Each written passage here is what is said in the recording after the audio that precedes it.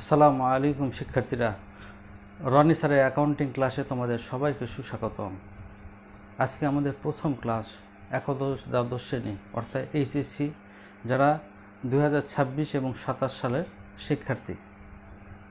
তো আজকে আমরা অ্যাকাউন্টিংয়ের মৌলিক বিষয়গুলো আলোচনা করব, যেগুলো অ্যাকাউন্টিংয়ের অঙ্ক করার ক্ষেত্রে, হিসাব বিজ্ঞানের অঙ্ক করার ক্ষেত্রে প্রায় সব অঙ্ক করার ক্ষেত্রেই লাগবে।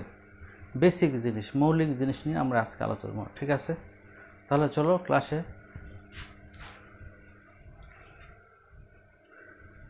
এইচএসসি একাদশ দ্বাদশ হিসাব বিজ্ঞান প্রথম পত্র প্রথম অধ্যায় কি? হিসাব বিজ্ঞান পরিচিতি। ক্লাস নম্বর হলো প্রথম ক্লাস এটা, ঠিক আছে? হিসাব বিজ্ঞানের মৌলিক বিষয় মানে হিসাব বিজ্ঞানে আমরা সেই সব বিষয় নিয়ে আলোচনা করব যেগুলো হিসাবের বিজ্ঞানের প্রত্যেকটা অঙ্ক করার ক্ষেত্রে আমাদের লাগবে। প্রথম হলো কি, হিসাব বিজ্ঞান হলো ব্যবসায়ের ভাষা। যেরকম আমরা ভাষার মাধ্যমে একজন মানুষ আর একজন মানুষের সাথে সংযোগ স্থাপন করে, সেরকম হিসাব বিজ্ঞান হলো ব্যবসায়ের ভাষা। উদাহরণ দেই, যেরকম হিসাব বিজ্ঞানে যারা হিসাব বিজ্ঞান পড়েনি তারাও জানে ডেবিট ক্রেডিট মানে হলো হিসাব বিজ্ঞান। তো হিসাব বিজ্ঞান কি করে? ডেবিট ক্রেডিট দ্বারা একটা ব্যবসার প্রতিষ্ঠানের আর্থিক অবস্থা উপস্থাপন করে। সম্পদ বাড়লো না কমলো, আয় বাড়লো না কমলো, ব্যয় বাড়লো না কমলো, সেগুলো বোঝায় কি? এই ডেবিট ক্রেডিট। তাহলে হলো হিসাব বিজ্ঞান হলো ব্যবসায়ের ভাষা। এরপরে দ্বিতীয় কি, সবসময় মনে রাখবা, ক্রয় মানে হলো ব্যয়, ক্রয় করলো মানে ব্যয় হলো। আর হলো ক্রয় সাধারণভাবে হলো ডেবিট, ক্রয় মানে আমরা ডেবিট বুঝবো, ঠিক আছে? বিক্রয় করলে আয় হয়, বিক্রয় করলে কি হয়? বিক্রয় মানে হলো আয়। বিক্রয় সাধারণভাবে হলো ক্রেডিট। এগুলো আমাদের মনে রাখতে হবে, এগুলো সব অঙ্কের ক্ষেত্রে আমাদের লাগবে। তারপরে কি, মালিক দিলে হলো মূলধন। ব্যবসা শুরু হয় কি? মূলধন দেয়া, পুঁজি দেয়া, যেরকম আমরা বলি পুঁজি। আর হিসাব বিজ্ঞানের ব্যবসায়কে বলে মূলধন কি? মালিক দিল।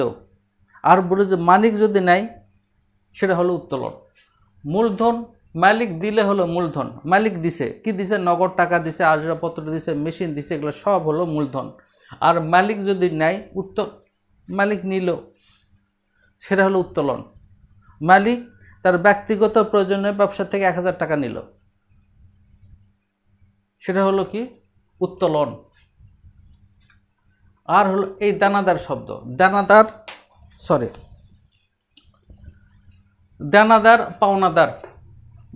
আমরা বুঝি দানাদার পাওনাদার একই শব্দ, কিন্তু হিসাব বিজ্ঞানে দানাদার পাওনাদার বিপরীত শব্দ।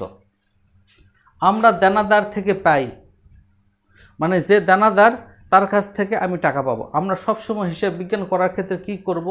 আমরা মালিকের হিসাব করব না, আমরা ব্যবসার প্রতিষ্ঠান হিসাব করব, ঠিক আছে? আবার বলতেছি, আমরা মালিকের হিসাব করব না, আমরা ব্যবসা প্রতিষ্ঠান হিসাব করব, ঠিক আছে? আমরা দানাদার থেকে পাই, দানাদার তার কাছ থেকে আমরা টাকা পাবো, আর পাওনাদারকে আমাদের টাকা দিতে হবে। তাহলে কি হলো? দানাদারের থেকে আমরা পাবো আর পাওনাদারকে টাকা প্রদান করতে হবে। তাহলে আমরা দানাদার থেকে পাই, পাওনাদারকে দেই বা প্রদান করি, পাওনাদারকে দিতে হবে।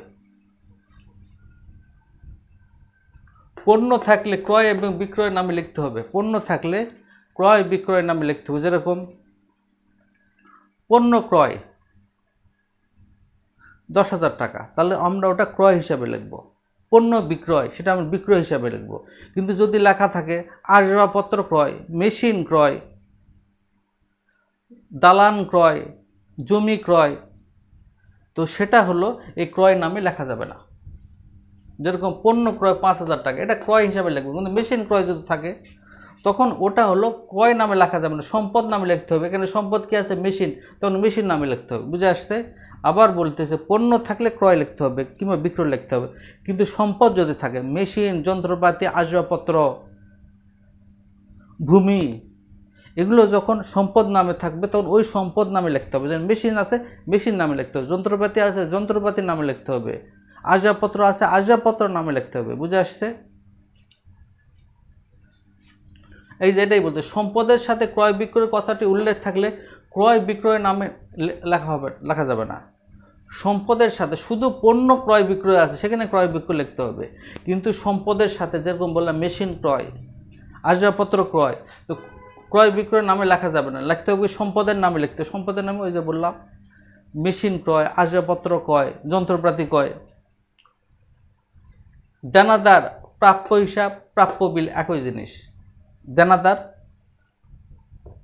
প্রাপ্য হিসাব, এগুলো মনে রাখবো। দেনাদার, প্রাপ্য হিসাব, প্রাপ্য বিল, প্রাপ্য নোট, আর একটা আছে প্রাপ্য নোট, একই জিনিস। পাওনাদার, প্রদেয় বিল, প্রদেয় হিসাব, প্রদেয় বিল, প্রদেয় নোট, একই জিনিস।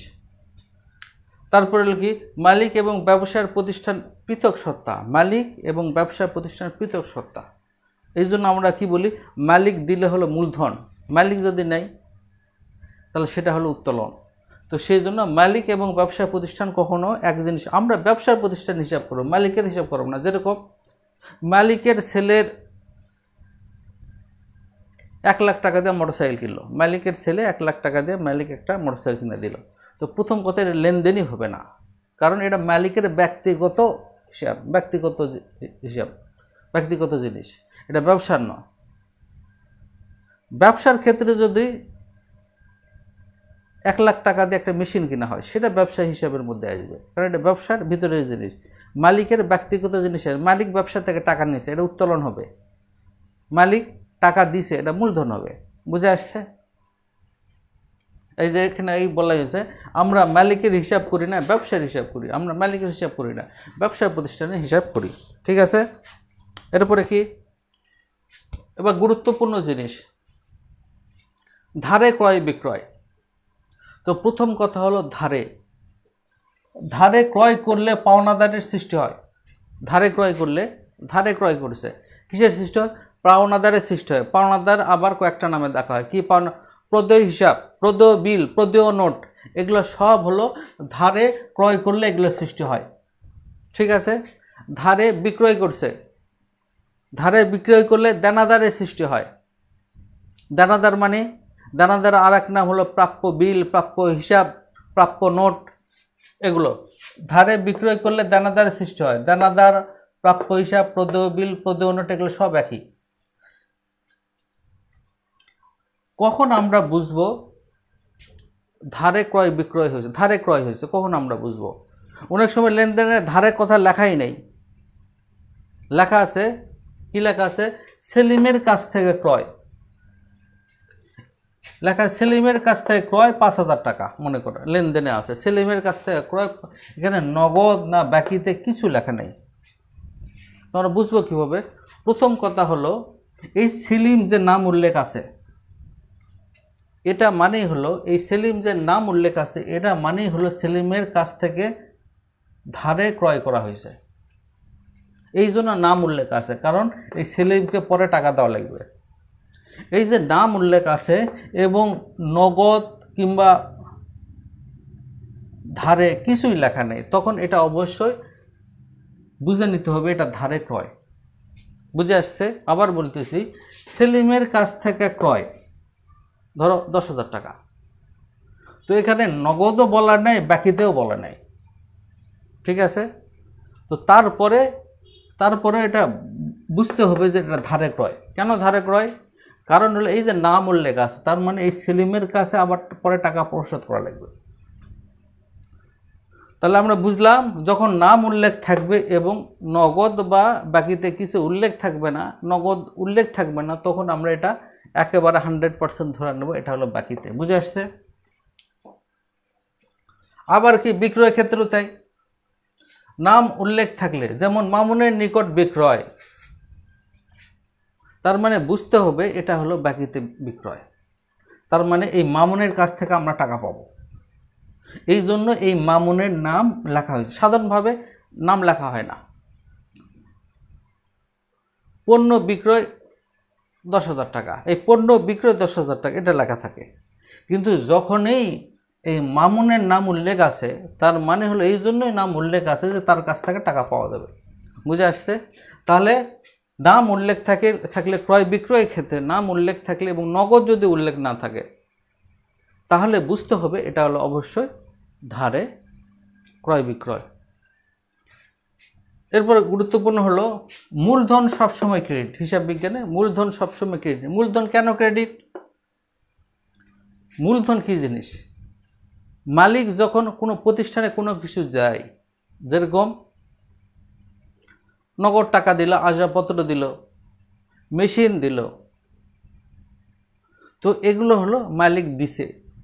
মালিক দিছে, এটা কি ব্যবসা প্রতিষ্ঠানের সম্পদ না? সম্পদ না। এটা হলো মূলধন হলো সবসময় হলো দায়। সেই জন্য একে সবসময় ক্রেডিট পাশে রাখা হয়, কারণ মালিক দিছে, পরে মালিক নিয়ে নিবে। তো সেই জন্য মূলধন সবসময় ক্রেডিট। আর কি ক্রেডিট? আয় এবং দায় সবসময় ক্রেডিট। এটা মনে রাখতে হবে। মূলধন, আয়, দায় সবসময় ক্রেডিট। ডেবিট কি? ব্যয় এবং সম্পদ সবসময় ডেবিট। তাহলে মূলধন, আয়, দায় এগুলো সবসময় ক্রেডিট, ব্যয়, সম্পদ সবসময় ডেবিট। এই জন্য আমরা একটা সূত্র ইউজ করি, বস হলো ডেবিট আর আদম হলো ক্রেডিট। ব মানে হলো ব্যয়, সদ সম্পদ, বস হলো ডেবিট। বস কি? ডেবিট। ব আর দন্তাস বস, বতে ব্যয়, সদ সম্পদ, বস হলো ডেবিট। আর আদম, এই আদম, আতে আয়, দতে দায়, মতে মূলধন, আয়, দায়, মূলধন, এই হলো আদম। আদম সবসময় ক্রেডিট। বুঝে আসছে সহজ ভাষায়? তো আজকে আমরা কি শিখলাম হলো হিসাব বিজ্ঞানের যে জরুরি বিষয়, যেগুলো আমাদের মৌলিক বিষয়, যেগুলো আমাদের প্রত্যেকটা অঙ্কের ক্ষেত্রে কিছু না কিছু সাহায্য লাগে, যেটা অ্যাকাউন্টিংয়ের নিজস্ব ভাষা, নিজস্ব শব্দ, সেই শব্দকে আমরা বুঝলাম। ঠিক আছে? তো আজকে এই পর্যন্তই। আল্লাহ তাআলা তোমাদের সবাইকে ভালো রাখুক। আল্লাহ হাফেজ।